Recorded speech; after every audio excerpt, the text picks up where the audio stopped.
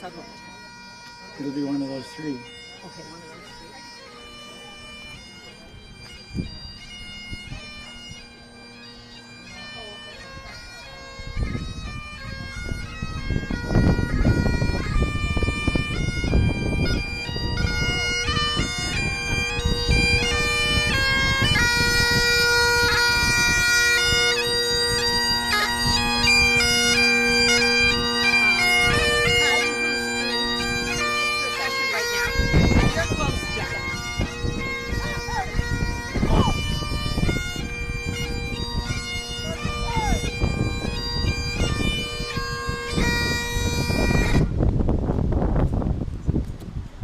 Those behind the color party, please feel free to fall out and join the crowd.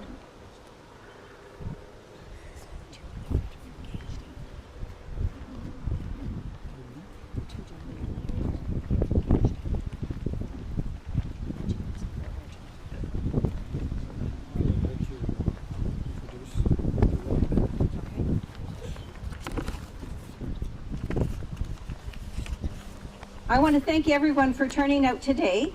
Now, I'm sorry that we have given you wind, but I'm thankful we didn't have the scorching heat we had yesterday, especially for those in uniform, although I see we've had to import a few blankets to help. Anyway, it's wonderful to have you here, and we are hoping the wind and the rain will keep away from us. So we're going to start with our service of remembrance, and we'll do some more introductions when we get over. Okay, I'll explain this right now. Right now, we are going to have a service of remembrance, and we're going to lay wreaths, and then we are all going to be piped over to the tent, which is behind the Legion. It'll give us a little bit more protection, and if it rains, so what? But I really don't want the rain.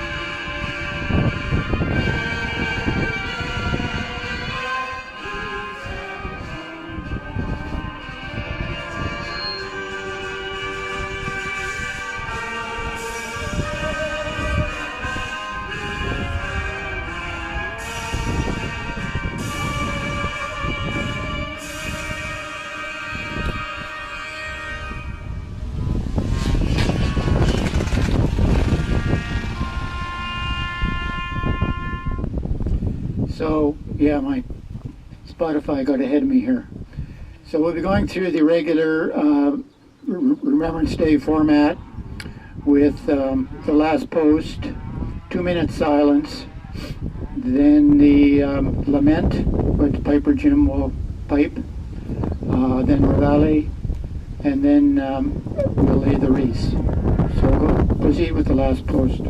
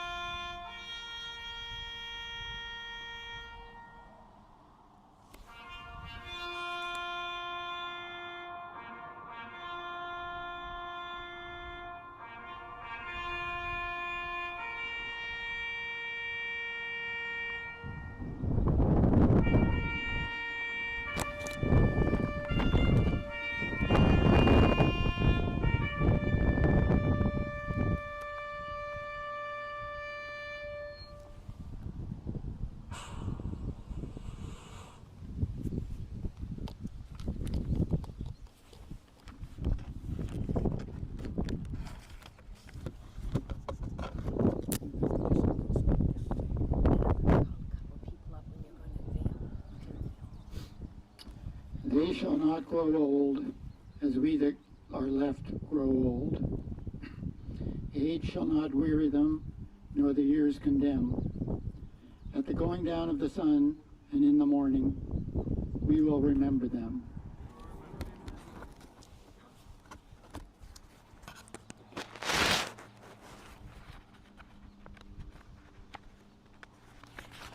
So we'll move on with the dedication of the monument and the wreath laying.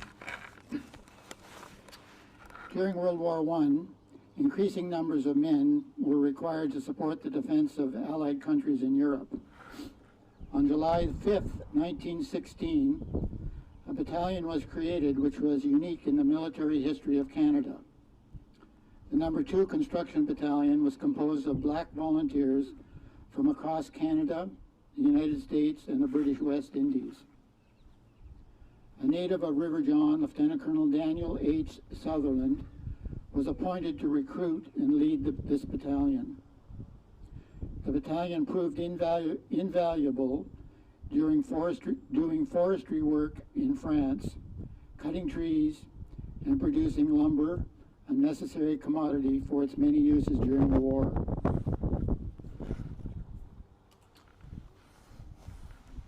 Where'd Mary Beth go? Okay. So I'm ready to do the dedication on behalf of River John Legion. So I need someone to remove the... I'm going to get Lynn Yeah. for the Legion, Okay. and I'm going to get Sandy Sutherland. Lynn McLeod and Sandy Sutherland, come forward.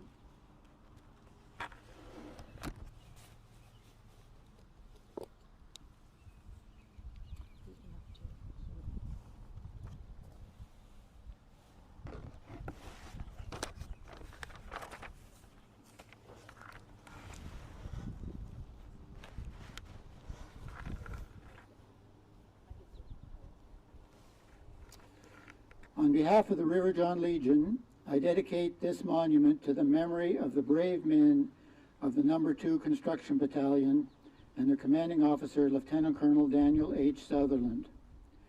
Their perseverance, dedication, and commitment set a standard to which we should all aspire. They fought to serve.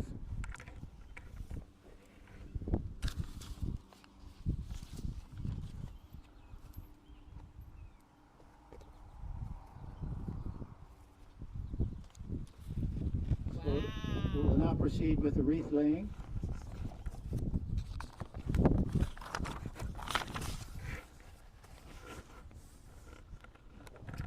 In memory of the No. 2 Construction Battalion, Veterans Affairs Canada.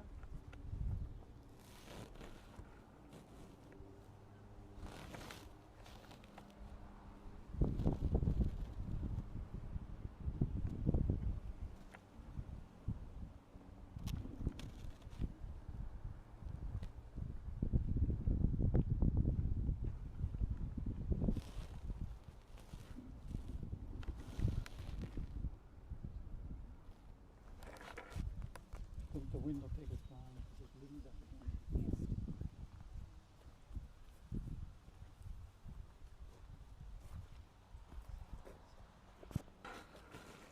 That was Tricia Roden and Charlene Pascal.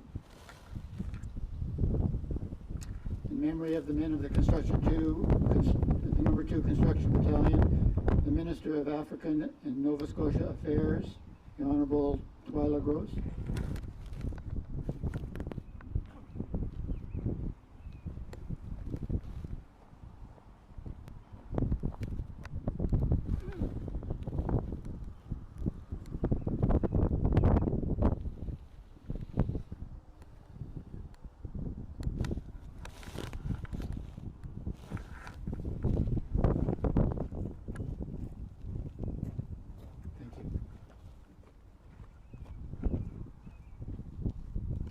In memory of the No. 2 Construction Battalion, the Black Cultural Center, Mervyn Braun.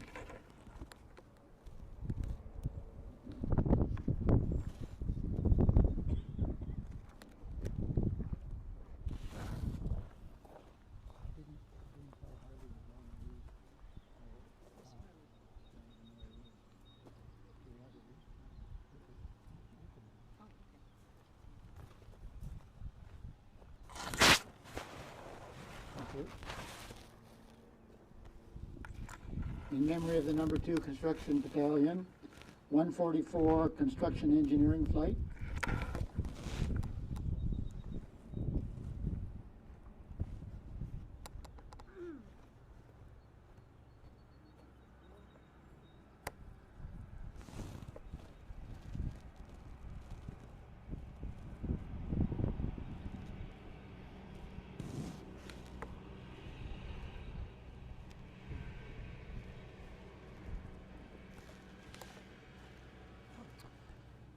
In memory of the No. 2 Construction Battalion, River John Legion, Branch 108.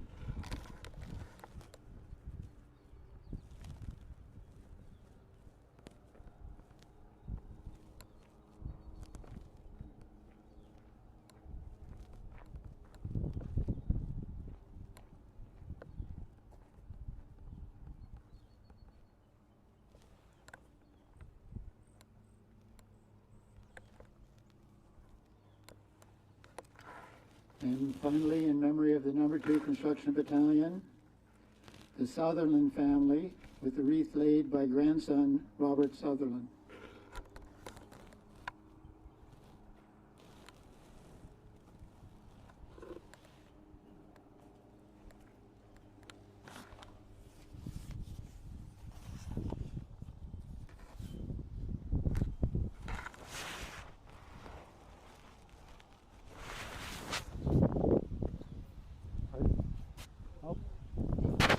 Are there any other wreaths to be laid?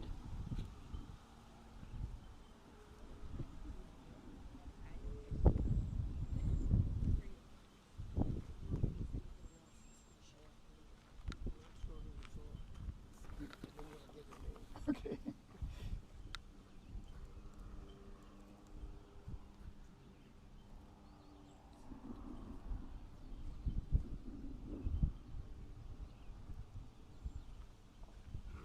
Are there any other wreaths? Okay, this concludes this portion of the day. Mary Beth, I'm going to turn it back to you. Now I'm going to invite you all to proceed over to behind the Legion where the white tent is. Our piper is in that direction. If the color party wants to lead, that would be wonderful. I'm going to begin with a land acknowledgement. I'd like to acknowledge that we are in Mi'kma'ki, the ancestral and unceded territory of Mi'kmaq people who are the original stewards of the land. The Mi'kmaq peoples first signed treaties of peace and friendship with the British Crown, so we are all treaty people.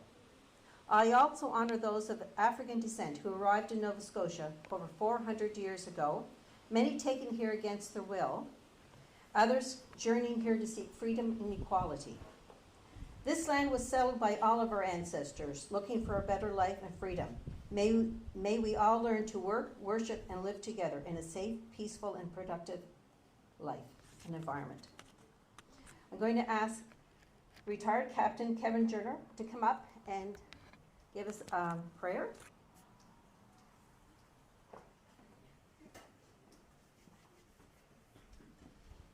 Good afternoon, everybody. Bow your head with me, please. Heavenly Father, we thank you for today, a day that we remember the men who served in number 2 Construction Battalion. Lord, I realize that you have a good sense of humor. Yesterday you gave us a lot of heat, and today you turned down the temperature. But regardless, Lord God, we are thankful. And as we remember the men and their service, we thank you specifically, Lord God, for Colonel Sutherland, for his leadership. We thank you for how you guided him as he led the number 2 Construction Battalion. In the ceremony today, we pray that everything will be done to your honor and to your glory. In the name of Jesus Christ we pray. Amen. Now we have a special treat. Brian Bowden of New Glasgow will sing the African anthem, Lift Every Voice, and sing.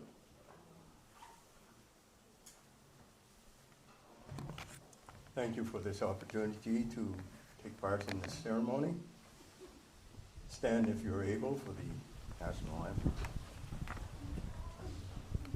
Lift every voice and sing till earth in heaven rings with the harmony of liberty. Let our rejoicing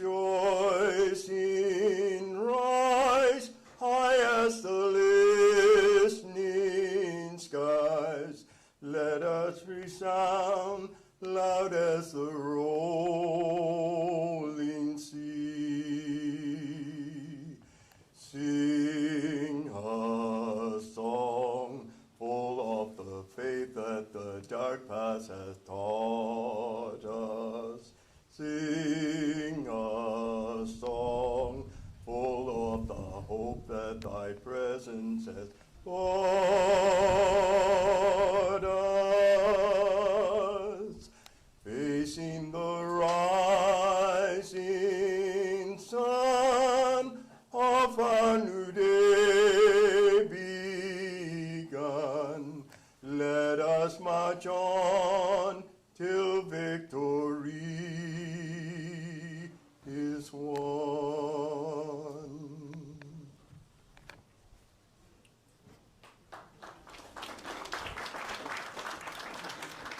Thank you very much, Brian. Now we begin with our speakers, the Honourable Twyla Gross, Minister of African Nova Scotia Affairs.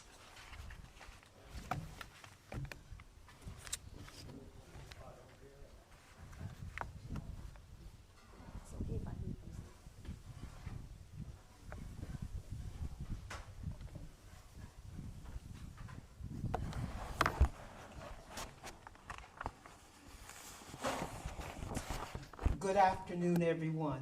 Good afternoon. It is an honor to be here in River John, gathered with Branch 108 of the Royal Canadian Legion, with veterans, members of the Canadian Armed Forces, community leaders, families, descendants, neighbors, and friends on this special occasion. I would like to begin by acknowledging our distinguished guest, MC Mary Beth Sutherland.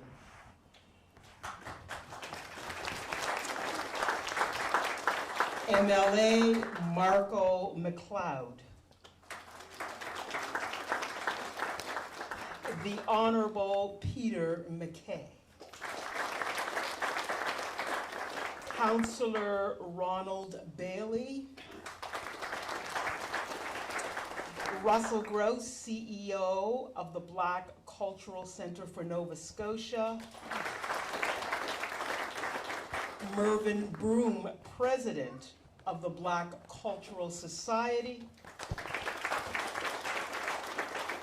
Kathy Grant, National Apology Committee, representatives from Veterans Affairs Canada, George Delavale, President of the Royal Canadian Legion, Nova Scotia and Nunavut Command, and Mike Topley, representing the Royal Canadian Legion branch. Thank you for your presence, your leadership, and your commitment to remembrance. Today is especially meaningful as we gathered to unveil a monument in memory of Lieutenant Colonel Daniel Hugh Sutherland, commander of the No. 2 Construction Battalion. He was born here in River John, making this a profoundly fitting place to honor his life and his service. Today, we honor a son of the community, and through him we honor the men he commanded, the black soldiers of the No. 2 Construction Battalion. More than a century ago, Black men from Nova Scotia across Canada and beyond stepped forward to serve during the First World War. They were ready, they were willing, they were loyal. But many were rejected because of the color of their skin. That truth is painful. But remembrance without truth is incomplete. The creation of the No. 2 Construction Battalion gave Black men a way to serve, but it also reflected the racism they were forced to confront and overcome. Lieutenant Colonel Sutherland accepted command of that battalion, and the men under his leadership served with strength, with discipline and dignity. They built roads, railways, camps, and the infrastructure that was essential to the war effort. But they also built something larger. They built a place in Canada's conscience. That is why the monument matters. It remembers Lieutenant Colonel Sutherland's leadership. It remembers the service of the men he commanded. And it reminds us that African Nova Scotian history is not separate from Canadian history. It is Canadian history. Here in River John, this monument will make that history visible. A child, a visitor, a veteran, or neighbor may stop and ask, who was Daniel Sutherland? Who were the men of the No. 2 Construction Battalion? And when they ask, this community will have an answer. They were men whose courage was not diminished by racism and whose legacy deserves to be known. To the Sutherland family and descendants, to the family and descendants of the No. 2 Construction Battalion, and to everyone who carried this history forward, thank you. To Branch 108 and the people of River John, thank you for making space for remembrance here in the heart of this community. Lieutenant Colonel Daniel Hugh Sutherland is part of River John's story. The men of No. 2 Construction Battalion are part of Nova Scotia's story. And together, they are part of Canada's story. May this monument stand as a promise that we will remember Lieutenant Colonel Sutherland with respect, that we will remember the men of the No. 2 Construction Battalion with truth, and that their legacy will remind our province and our country that true remembrance must lead us toward equity, justice, and belonging. Thank you.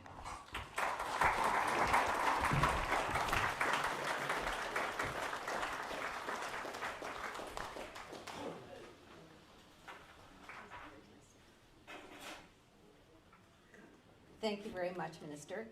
Now, she pointed out something I forgot to do was thank some of our honored guests for coming. Anyway, I do appreciate that. We have a number of military here today.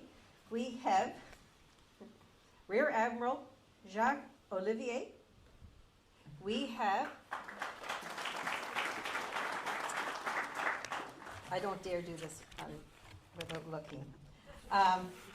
We have Major Jason Martin and Master Warrant Officer Brandon Jacobs, and they are here with the 4th Engineering Support Regiment out of Gagetown. We have Sub-Lieutenant Booth with his cadets from Royal William Sea Cadets Corps, Pictou. The young fellows were supposed to tell me if I did it incorrectly. Is that right? Okay. Now, any other military that I should, we appreciate the Color Party from Pictou County coming, and we have representation from Tatamagouche, Antigonish, Trenton, Pictou, Stellarton, New Glasgow Legions, River John Legion, of course. And who? North Sydney? Mulgrave. Oh my gosh, that's wonderful. Thank you so much. We appreciate that. And of course we have our past MLA, Charlie Parker, here today. And former MLA, Wayne Adams is with us. I can't remember if you said that. Who else am I missing before we get any further? Peter? Is that what somebody said? Yes, I think Peter did. We do appreciate Peter coming today. He was hoping his father would be able to come with him today, but his father, Elmer, and my grandfather were friends. And I just want you to know there is no political preference here.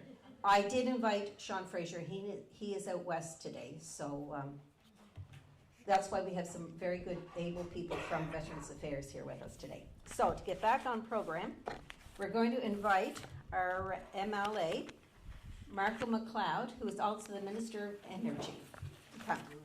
Thank you.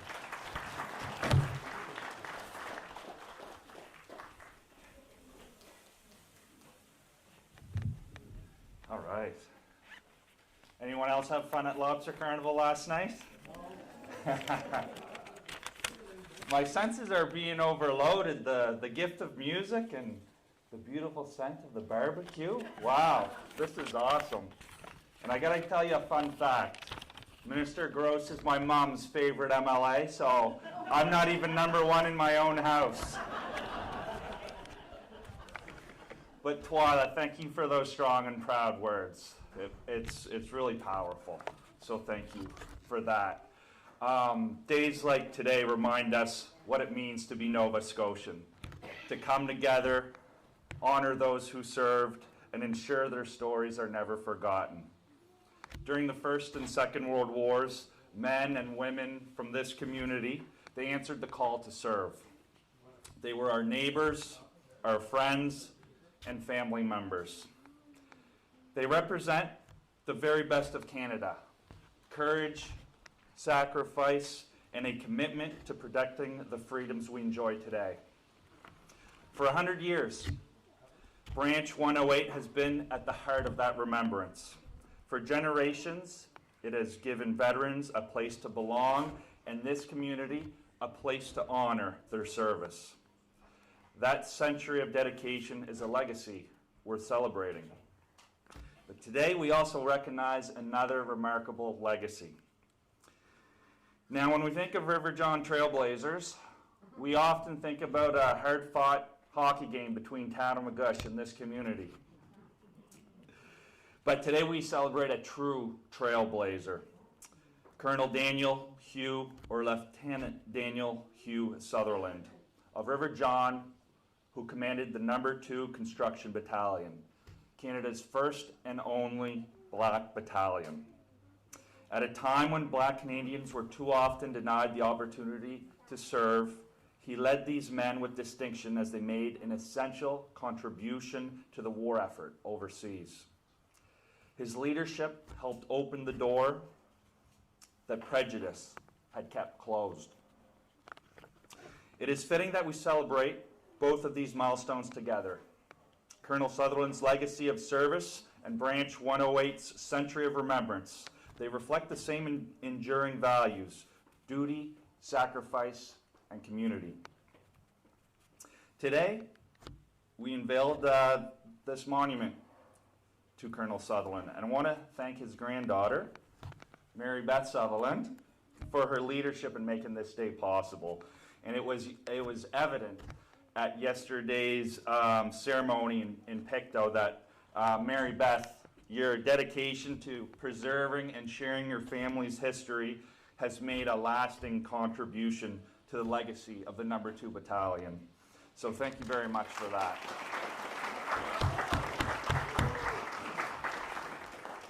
And because of your efforts, this story now is a permanent home in Colonel Sutherland's home community.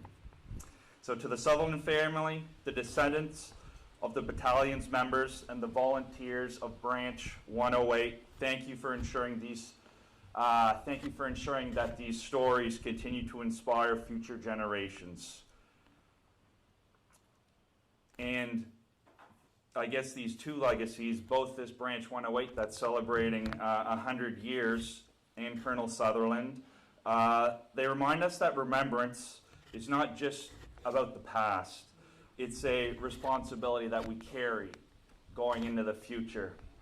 So thank you, everyone, for coming to beautiful River John, and lest we forget.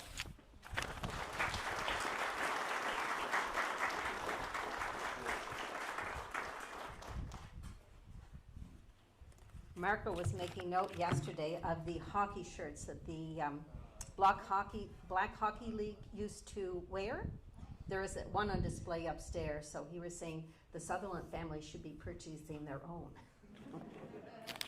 I'm going to ask our councillor, Ronnie Bailey, the municipality of Pictou County, District 4, to come up now.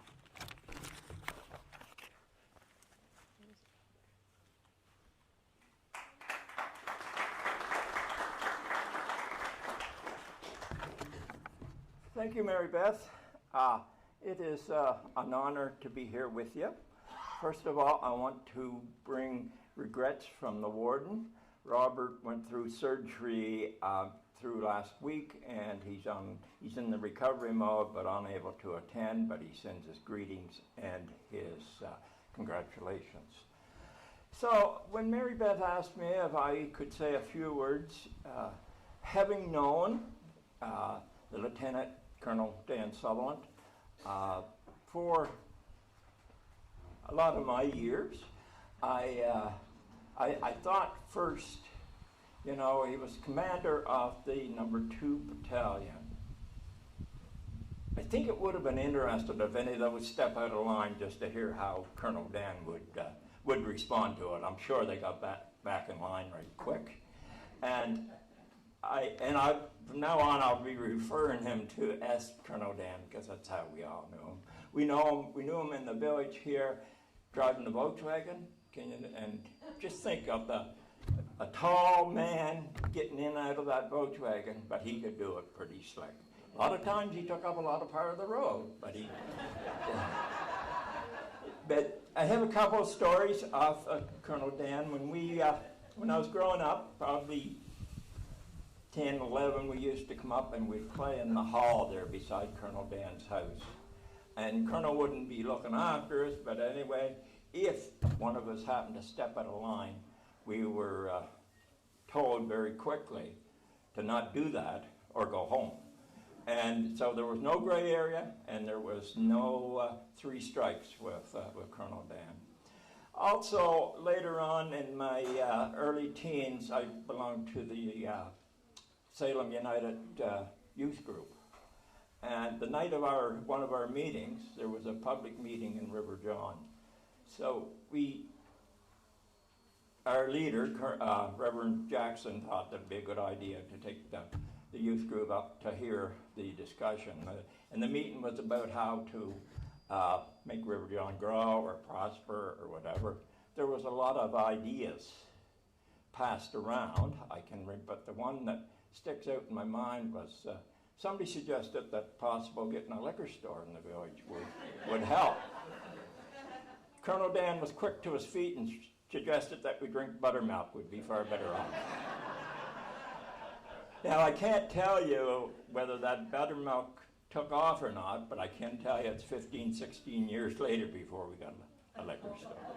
Anyway, no, thank you. I want to say congratulations. It's a great day. It's a great honor to be here and to be part of this here celebration honoring this great man and this great family, all the way from Colonel Dan right down through to the grandchildren. So they're heavily involved, and it's great to be here to honor their grandfather, great-grandfather, but most of all, it's great to be here in River John.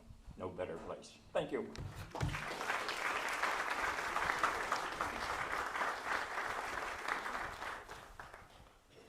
Since Ronnie said that about the liquor store, the liquor store did not come to River John until after my grandfather died. I think he felt he had seen too much of what happens with people with liquor, especially when they were overseas, so he was very much anti-liquor. Anyway, next I have the honor of asking the Honorable Peter MacKay, former MP of Nova Scotia, asking the Honorable Peter MacKay, former MP of Pictou Antigonish-Guysborough, to come forward. He's had several portfolios over his years, and as I said, his father was a friend of my grandfather.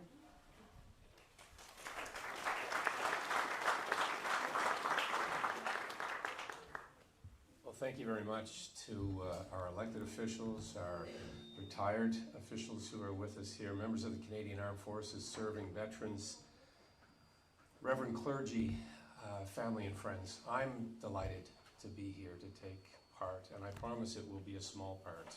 I am no longer an elected official, so I will be mercifully short. That's not to say the previous speakers were not outstanding in their remarks, and I feel humbled to follow them. I, like Ronnie Bailey, have personal memories of the Sutherland family, and I want to begin by thanking Mary Beth, as other speakers have, for her leadership in this regard. The personal connection with this community, with her grandfather, of course, but with the No. 2 Construction Battalion makes this, as Minister Gross said, a very special gathering for all of us.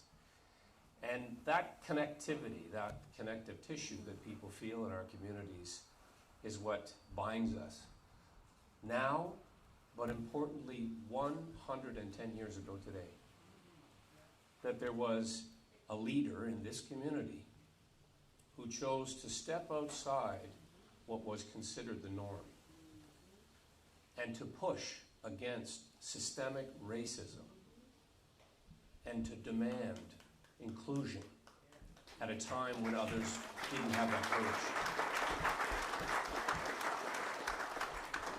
And as the President of the Legion reminded us, the members of this battalion fought to fight. That demand to push back against what was a very entrenched and sadly accepted barrier to service to Canada, to service to global peace and security, is enormous. That was an enormous breakthrough. Marco referenced hockey. We've heard, we love hockey, of course, in our country. Willie O'Ree, it took him 50 more years to break through that barrier to play in the National Hockey League. And so here in Atlantic Canada, here in Nova Scotia and River John, we have that type of leadership in our DNA. And certainly, Lieutenant Colonel Daniel Hugh Sutherland was such a leader. And so I'm particularly honored here, and I bring greetings on behalf of my father, who turns 90 next month. And I'm proud of the fact that he and others in the town of Pictou pushed to put a commemorative cairn on the waterfront in 1992. And these cairns, these gatherings, these commemorations are critically important. So wonderful to have members of the Black Cultural Society here, perpetuating the memory of people like William Hall. I remember Calvin Ruck pushing so hard, Senator Ruck. Francis Dorrington of the town of New Glasgow, the first black mayor in Canada. And so those commemorations, as I said, these physical monuments are important as part of our education, our remembrance, but they are living symbols because there are still barriers to be broken down. There are still moments in time that we need to pause and reflect and continue that fight. And so I feel very, very blessed to be among you. I feel particularly honored to see so many people turning out in this great community of River John, which sent so many of its sons and daughters away. When you see the commemorative monument here in this little community, it's a reminder of so many communities across this province where entire families gave up their sons and daughters for the cause. And the No. 2 Construction Battalion produced some of the great citizens that came back and continued the fight even against discrimination that they faced upon their return. They continued to fight and build and make this a better country that we've inherited today. And so it really is a wonderful day of celebration and commemoration, 100 years of the Royal Canadian Legion, and a wonderful part of that connective feeling that we all have for those who serve and continue to serve. Thank you all so much, and God bless.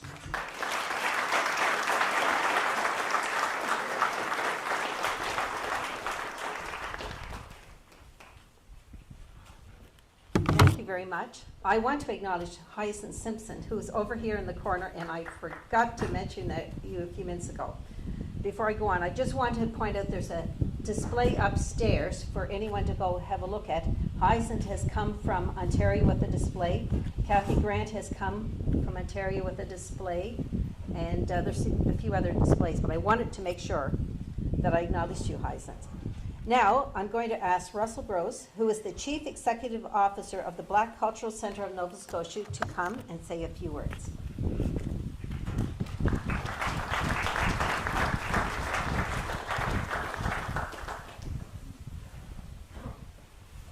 Good afternoon, everyone. It's kind of weak. Good afternoon, everyone. That's better.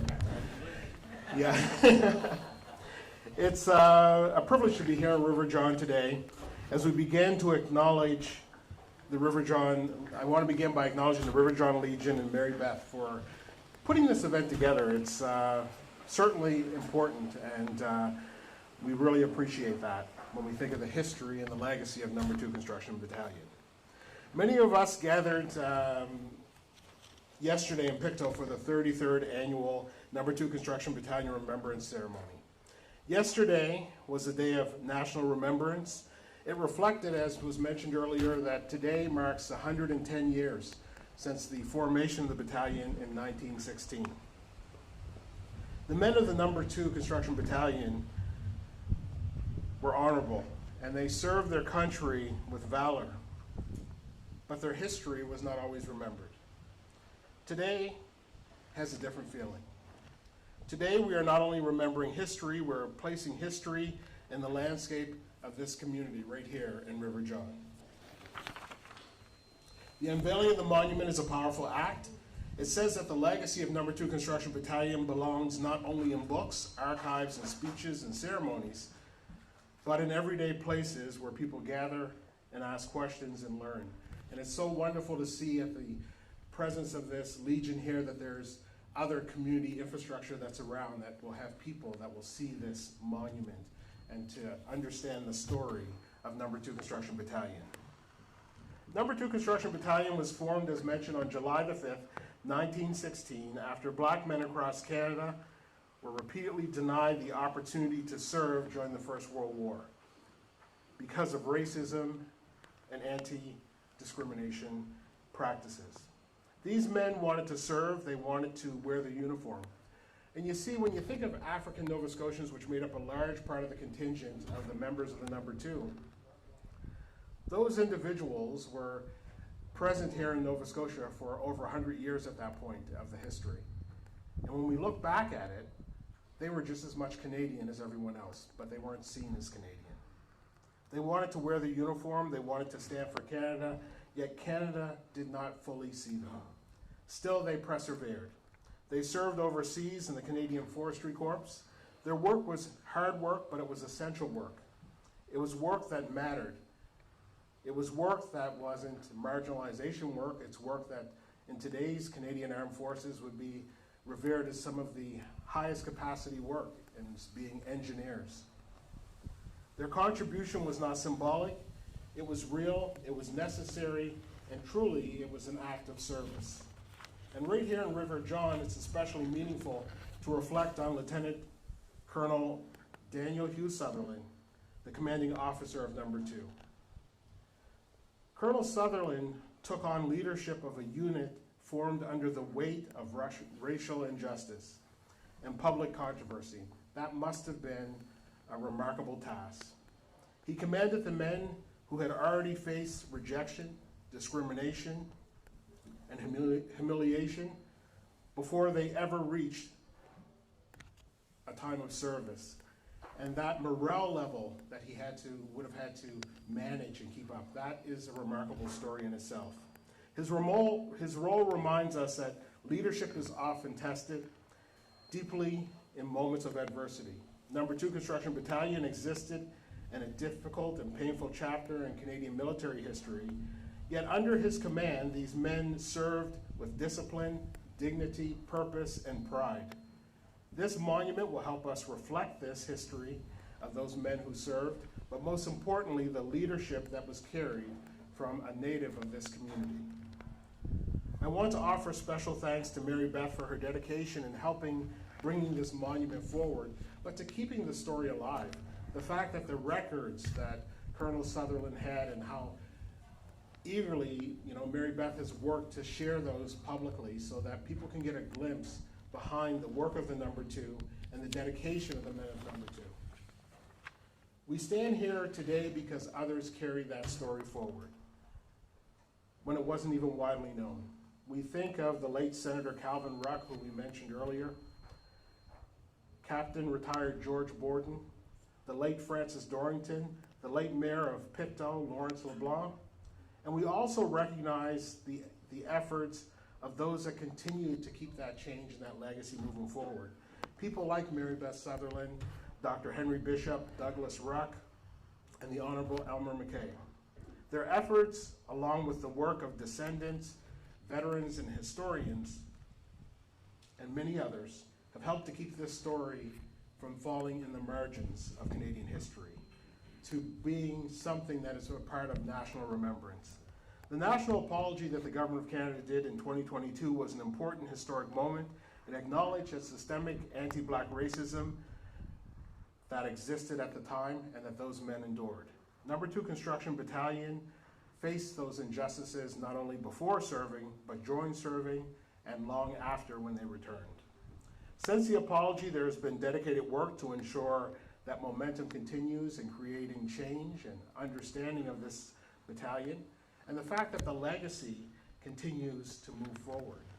Yesterday's ceremony in Pictou reminded us of the national scale of the legacy of Number 2 Construction Battalion, that it's no longer just a Nova Scotia story, it's a Canadian story. Today's unveiling in River John adds to that. It adds to the fact that this is part of our national history as Canadians. When we look at that national history, it's also significant to see the commitment that has happened in creating change about this story through the successive ministers of defenses, from the Honorable Peter MacKay, who's with us here today, to the numerous members of the defense team that have carried this torch to ensure that this story becomes a part of public knowledge. Today is a moment that we can remember, but also a moment that we can look forward to look at the history of the Number 2 and how it's changed the landscape of Canadian military history. I'd like to offer this quick reflection before I close. When a community rises a monument, it's not only marking what happened in the past, it's marking a promise of the future. The truth will have a place, the sacrifice will have a voice, and those since overlooked will never be forgotten. Thank you very much, and long live the legacy of Number 2 Construction Battalion.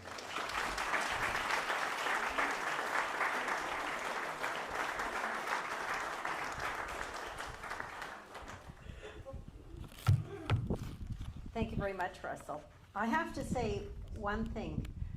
By getting involved in this, I have made some wonderful friends that I would not normally have had the opportunity to interact with. And I really treasure those friendships. Actually, do you know, we have a lady here from Vancouver, not Vancouver, Victoria. We have a number from Ontario. It's just amazing the interest and the dedication so many people have come with.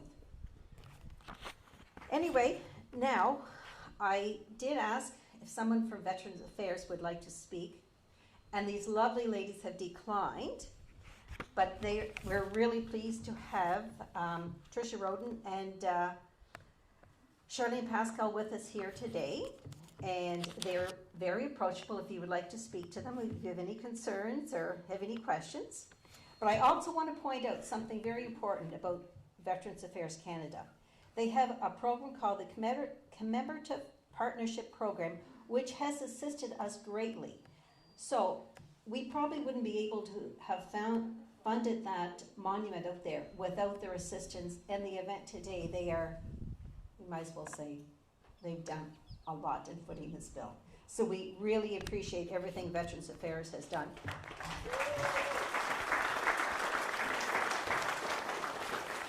And I want to point out the displays upstairs. I think Veterans Affairs has helped fund a little bit of that work. Is that not correct, Kathy? And I don't know about you, Hysens, but Kathy definitely. And the pamphlets on Dr. Lagore, there might be some help there too.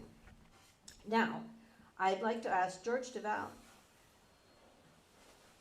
I'm going to get it wrong, aren't I? Come up. President of the Royal Canadian Legion, Nova Scotia Nunavut Command, as we recognize the Legion's 100th anniversary. Okay.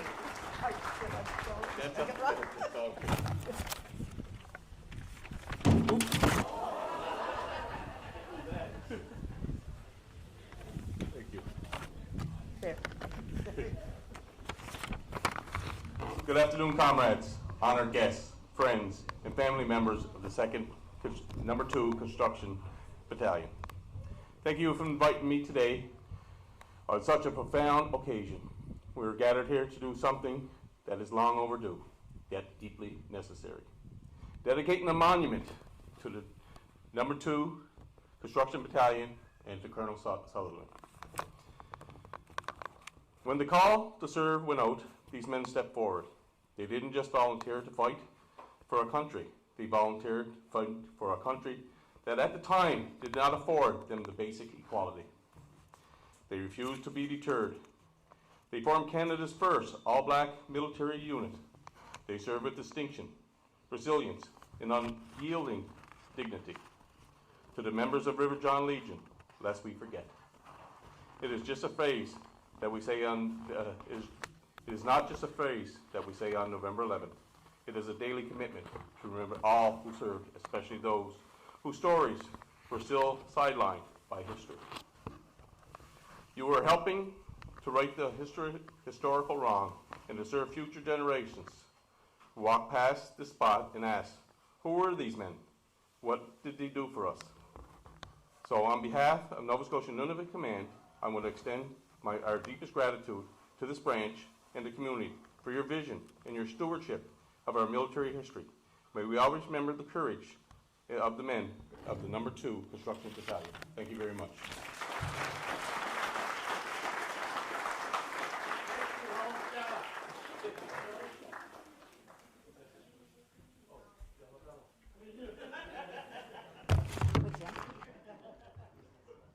Something has been pointed out to me by the ladies. So we have a book here that we like to record everyone that's here. Some people that have been up to see the display have signed it, but they want everyone to sign it. So I'm going to put it right over here. So.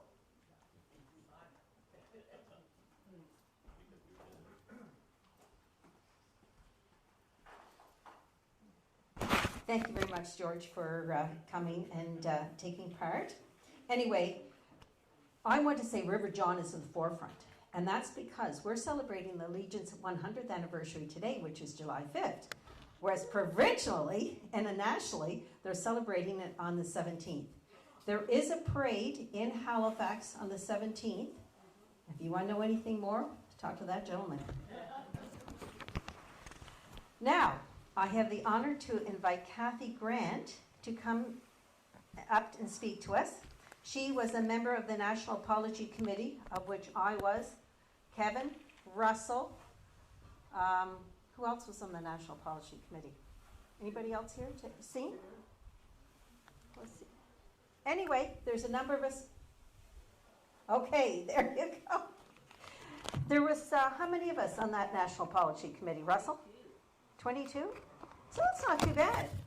We have a number of us gathered in this room. Anyway, Kathy, thank you.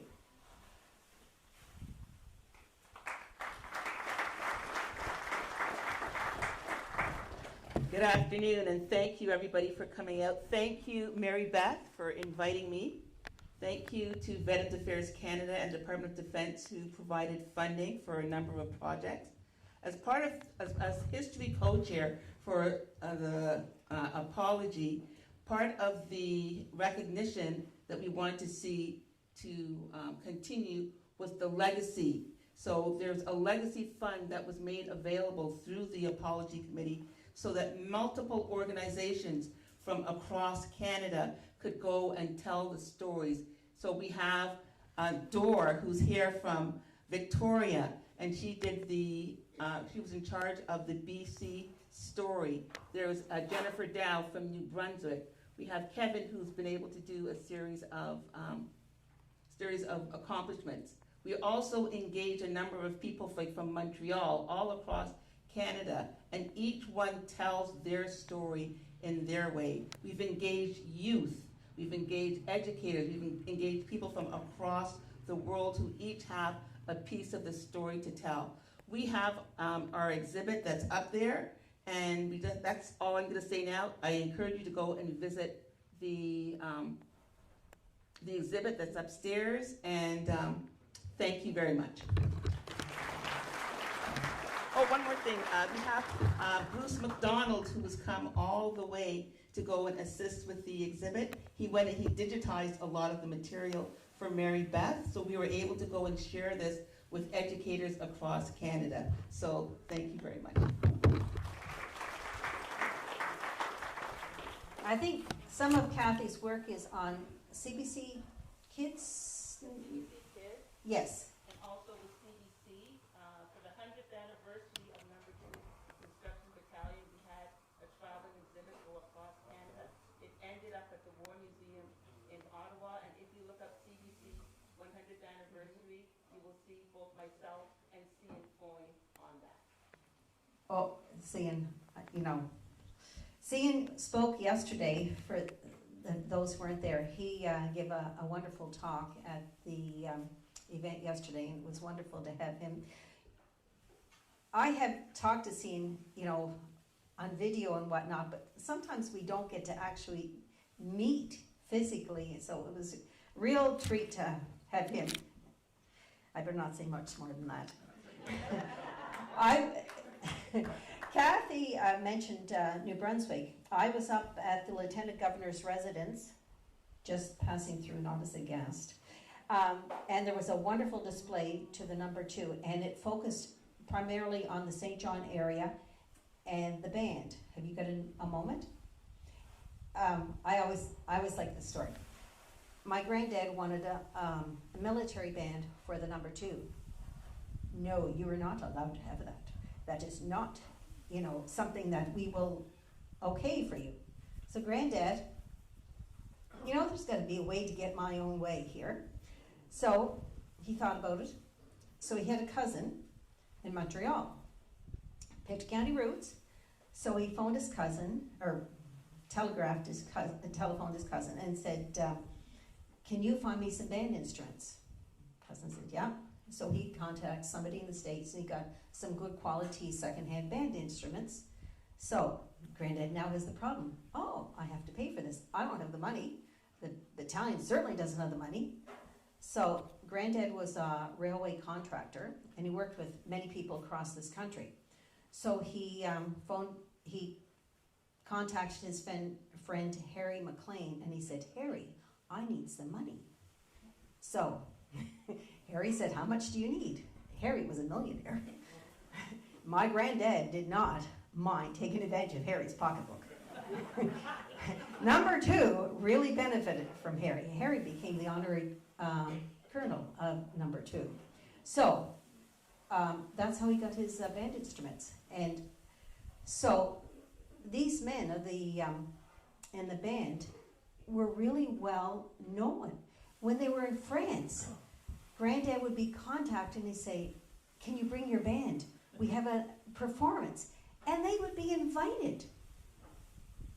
So, it's wonderful, these funny little stories. I guess I better not say too much. Anyway, I do want you to go upstairs and have a look. And we have wonderful gentlemen here that are barbecuing. We normally wouldn't barbecue during a program, but they knew you wouldn't want to, wait around for another hour for a hamburger or a hot dog or a sausage. I did want to say one more thing about Granddad. He did like to challenge things a little bit. He could be pretty strict on some things, but if he didn't think something was right, he tried to adjust it a little bit, let us say. He felt anyone was capable of being a leader. And what we were talking about, my grandfather was white. Black Battalion, or the number 2, those men were all black.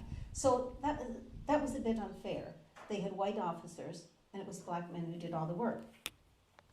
So he decided he was going to adjust that a little bit. So he came to know Reverend William Andrew White, and he appointed him in charge of recruiting.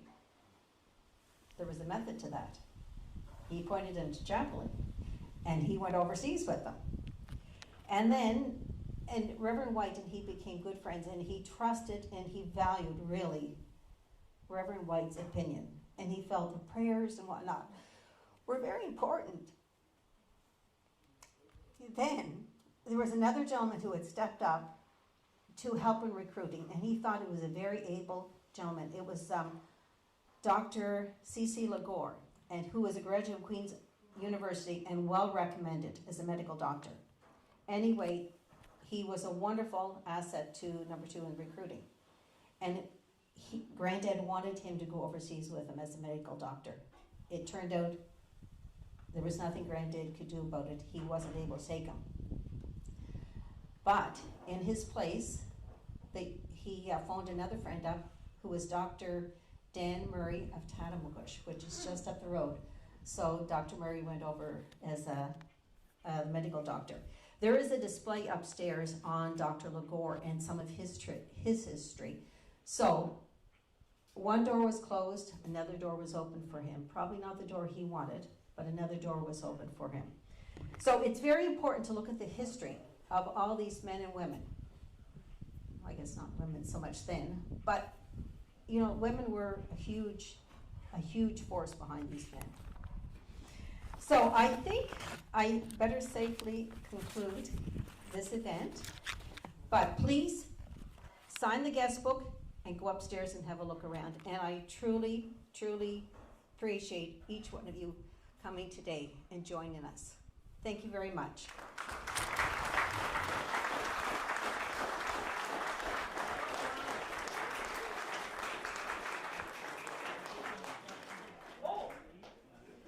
Okay. You know, I'm a woman, it takes a lot of instructions. Sometimes I don't get to give as many as I like. Okay, I think we have it set up. Do we, gentlemen? Close. Close? Oh, well, is it really? Oh, we are pretty well ready. Okay, so this is the route I've been told. You come up here, plates, utensils, buns, food. Come across here, and I'll tell you that's really good homemade salad. The women were up here yesterday making it. Oh, gosh, God save the king. I'm so sorry. Do you have the music, Mike? Do you have the music for God Save the Queen? No, we don't need it. Brian, up here.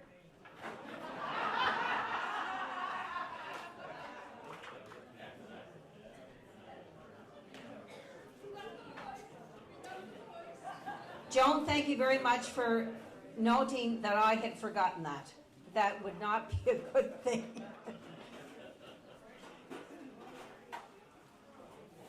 Let us all stand. God save our gracious King, long live our noble King. God save the King. Send him victorious, happy and glorious, long will reign over us. God save the King.